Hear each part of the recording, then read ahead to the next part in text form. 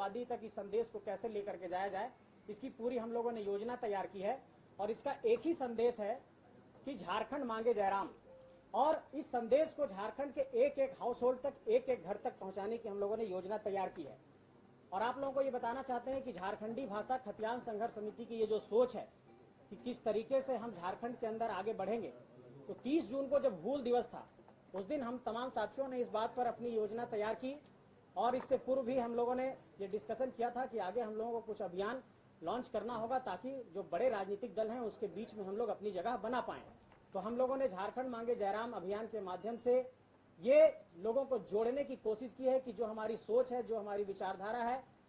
और 30 जून हूल क्रांति का जिक्र इसलिए कर रहे हैं आज इसकी आधिकारिक, क्योंकि शोषण और जुल्म के खिलाफ 1855 में जो आंदोलन हुआ था सिद्धू कान्हू चांद भैरव के नेतृत्व में और फूलो झानो के नेतृत्व में, तो हम लोगों ने ये फैसला किया है कि हमारी भी लड़ाई शोषण और जुल्म के खिलाफ है।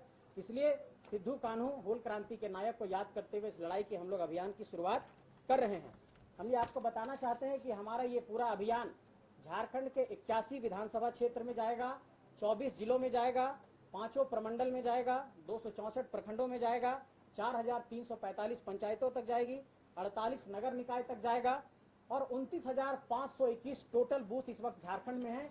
इन सभी 29,521 पोलिंग स्टेशन पर हम लोगों ने ये तैयारी की है कि कम से कम 100 परिवारों को हम अपने विचारधारा से जोड़ने की कोशिश करेंगे।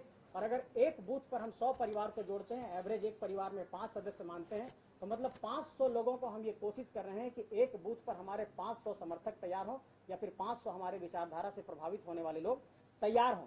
झारखंड के 32,623 गाँवों में जब इस आंदोलन को आवाज को हम लोगों ने पहुंचा दिया है, तो ये बहुत जरूरी है कि बहुत ही सिस्टमेटिक वे में हम सबसे पहले राष्ट्र के लोकतंत्र के चौथे स्तंभ तमाम मीडिया बंधुगण, मीडिया से जुड़े हुए बहनीगण, आप सभी का इस प्रेस कॉन्फ्रेंस हॉल में अभिनंदन है, आभार है। और आज के प्रेस कॉन्फ्रेंस के माध्यम से जैसा कि हमारे मित्र, हमारे साथी, हमारे पार्टी के पदाधिकारी संजय जी ने बताया कि आज से हम लोग एक मुहिम के साथ अब इस राज्य में लगेंगे कि हम लोग इस राज्य में जो 24 वर्षों का राज्य होने को जा रहा है, उसके उद्देश्य क्या थे, उस राज्य का गठन आखिर क्यों किया गया था, उस गठन करने के बाद उस उद्देश्य की पूर्ति हुई कि नहीं। तो मुझे लगता है उस उद्देश्य को लेकर हम लोग पुनः इस राज्य में जाने का कार्य करेंगे। तो सबसे पहले हम लोग आपके माध्यम से तमाम इस राज्य में जो भी ऐसे लोग हैं जो अन्य पार्टियों से जुड़े हैं, अन्य पार्टियों में उनकी आस्था बनी रही है, उन्हें हम चाहेंगे झारखंडी विचारधारा अगर उनके हृदय में आज भी समाहित है तो उनका सादर अभिनंदन है, स्वागत है। और उनका हमारे राजनीतिक दल में जो नए तौर पर, नए तरीके के साथ और नए मापदंडों के साथ झारखंड की राजनीति में क्रांतिकारी पहल के तहत कदम रखने जा रही है, उनका सभी का स्वागत है। और साथ ही साथ चूंकि झारखंड की राजनीति में काफी उठापटक हो रही है, काफी दांव पेच दिख रही है, इस बीच हम लोग राज्य की स्थिति को जो पा रहे हैं, और सबसे पहले माननीय मुख्यमंत्री पुनः आए हैं तो उनको स्वागत करते हैं। हालांकि चंपई चाचा का इस हाल में नहीं छोड़ना चाहिए, फिर भी जो उनका हम स्वागत करते हैं और उन्हें आशा करते हैं कि आज विशेष सदन बुलाया गया था। हम उम्मीद करते हैं कि विशेष सदन झारखंड के युवाओं के लिए बुलाया जाए, झारखंड के छात्रों के लिए बुलाया जाए, झारखंड के किसानों के लिए बुलाया जाए और उनकी समस्याओं का भी निदान इसी प्रकार विशेष सदन के माध्यम से हो।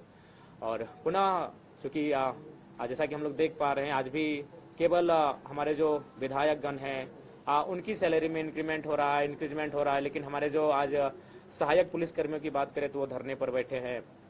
आज उनकी ओर से एक पोस्टर देखें, जरा बहुत ही मार्मिक पोस्टर था कि हमें नक्सली बनने पर मजबूर ना किया जाए।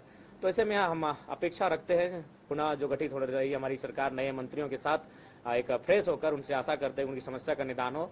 हमारे पास अभी रास्ते में चलते चलते झारखंड स्टेट फार्मेसी काउंसिल के साथी मिले, उनका प्रतिनिधिमंडल मिला। उनकी भी जो मांगे है कि 23 वर्षों से एक छत्र जो व्यक्ति आज नहीं रहे, शायद 23 वर्षों से उनका कार्यकाल रहा, लेकिन वहाँ के झारखंडी लोगों को मौका नहीं मिला, जिस कारण काफी समस्याएं हैं। तो इन समस्याओं का समाधान हो, निदान हो। और आज के प्रेस कॉन्फ्रेंस का जो महत्वपूर्ण उद्देश्य यही है कि हम लोग खुला आमंत्रण, खुला निमंत्रण उन सबों के लिए कि वे लोग हमारे साथ चलें जो झारखंडी भावनाओं के साथ है, जो झारखंडी राज्य को अलग गठन करने के समर्थक रहे हैं। हम लोग पुनः एक नए सिरे से इस नए राज्य को पुनर्स्थापित करते हुए एक नई विचारधारा के साथ इस राज्य के जो आवाम है 3.25 करोड़ 3.5 करोड़ उनके जो सपने हैं उनकी जो मांगे हैं आज भी जस की तस दिख रही हैं, तो उन्हें हम पूरी कैसे कर पाएं, उसके लिए आप सभी का सहयोग की आवश्यकता है। अतः उनका हम लोग स्वागत करते हैं। और बाकी आपके सवाल। सिर्फ भाषा में आगे का क्या ऐसा विचार है, क्या लोग आपके साथ जुड़े? सिर्फ भाषा में आप राजनीति या मुख्यमंत्री बनने का सपना कैसा है? देखिए, सबसे पहले बात, ना हम लोग मुख्यमंत्री बनने का सपना लेकर आए हैं, ना विधायक बनने का सपना लेकर आए हैं। हम लोग मुद्दों के साथ खड़े रहे, जिन मुद्दों के साथ झारखंड के नेताओं को खड़ा होना चाहिए था। अब तो ये हम लोगों का 2 साल का कार्यकाल रहा है और हम लोग का ये आवाज बनने का काम किया कि अब हमारे नेता, हमारे विधायक कानून की किताबें पढ़ने लगे हैं और मुद्दों पे बात करने लगे। नहीं तो ये मुद्दों को इग्नोर कर देते थे। आप खुद उनसे सवाल पूछते तो वो सीधा स्किप कर जाते थे, यानी मुद्दों पर बात करना ये मुनासिब नहीं समझते थे। तो अगर ये मुद्दों पर बात कर रहे हैं, अब वो सांसद दिल्ली में जाके लघु उद्योग, कुटीर उद्योग की बात कर रहे हैं पलायन को रोकने के लिए, तो ये बड़ी बात है, हमारी उपलब्धि है। तो अगर आपको अभी भी लगता है तो मैं आपको पुनः कहूंगा, अभी भी हमें दोनों राजनीतिक दलों से अभी तक का ऑफर है कि 7 सीटों का 9 सीटों का है। तो भैया हम लोग विधायक और मंत्री और मुख्यमंत्री बनने नहीं आए हैं। हम लोग इस राज्य में व्यवस्था बदलाव के लिए आए हैं। सत्ता बदलाव होता रहता है, 23 सालों से कई बार सत्ता में बदलाव हुआ। चंपई जी थे, आज हेमंत जी आ गए, सत्ता में पुनः बदलाव हो गया, लेकिन हम लोग व्यवस्था को बदलने के लिए आए हैं। तो रहा सवाल, नियति जब भी मौका देती है तो डायरेक्ट आपको बड़े पटल पे नहीं देती है, एक छोटे स्तर से देती है। हम लोग भी धनबाद के एक छोटे से कार्यक्रम के माध्यम से यहाँ तक आए। 50 लोगों की भीड़ थी जब हम लोग पहली बार विरोध कार्यक्रम में उपस्थित हुए थे। तो नो डाउट हम लोग, भले हम लोग का उदय किस रास्ते से हुआ मायने नहीं है, लेकिन अभी हम लोग जिस विचारों के साथ और जिन मुद्दों के साथ हम लोग आगे बढ़ रहे हैं, ये कहीं ना कहीं झारखंड के हर घर के मुद्दे हैं। महत्वपूर्ण मुद्दे बहुत सारे होंगे, महत्वपूर्ण मुद्दे एक नहीं है। और झारखंड विविधताओं का राज्य, आप स्पष्ट जानिए।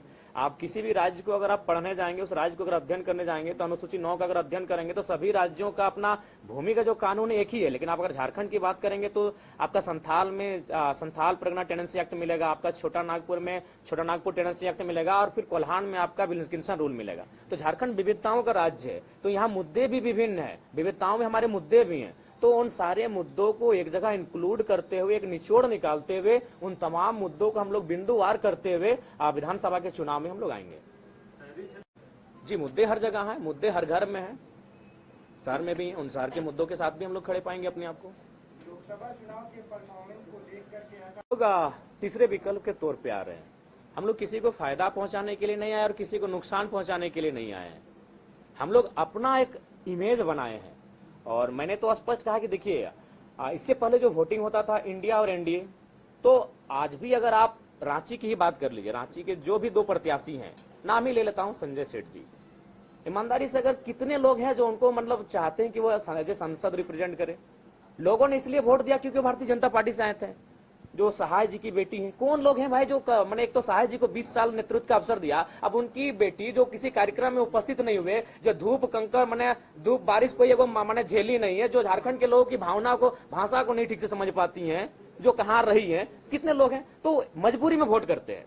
हमने उस मजबूरी को मजबूती का नाम दिया है। तो इसीलिए अगर आप भी अगर सोच रहे हैं ऐसा कि हम किसी को फायदा, किसी को घाटा पहुंचाने हैं, बिल्कुल नहीं। हम मजबूरी से जो लोग वोट करते थे, उस वोट को मजबूती से तब्दील करने आए कि आपको हम तीसरा विकल्प दे रहे हैं।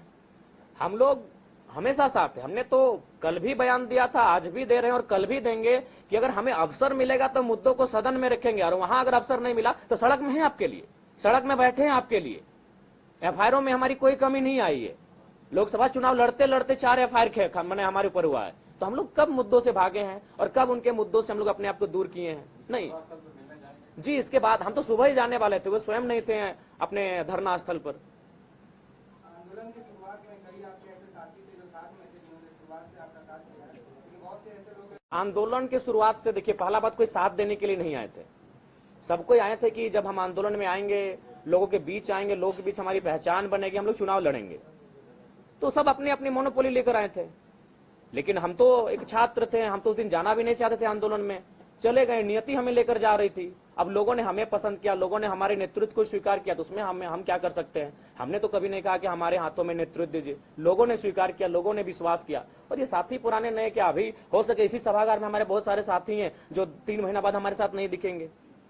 जो साफ जो कहना है वो साफ कहेंगे।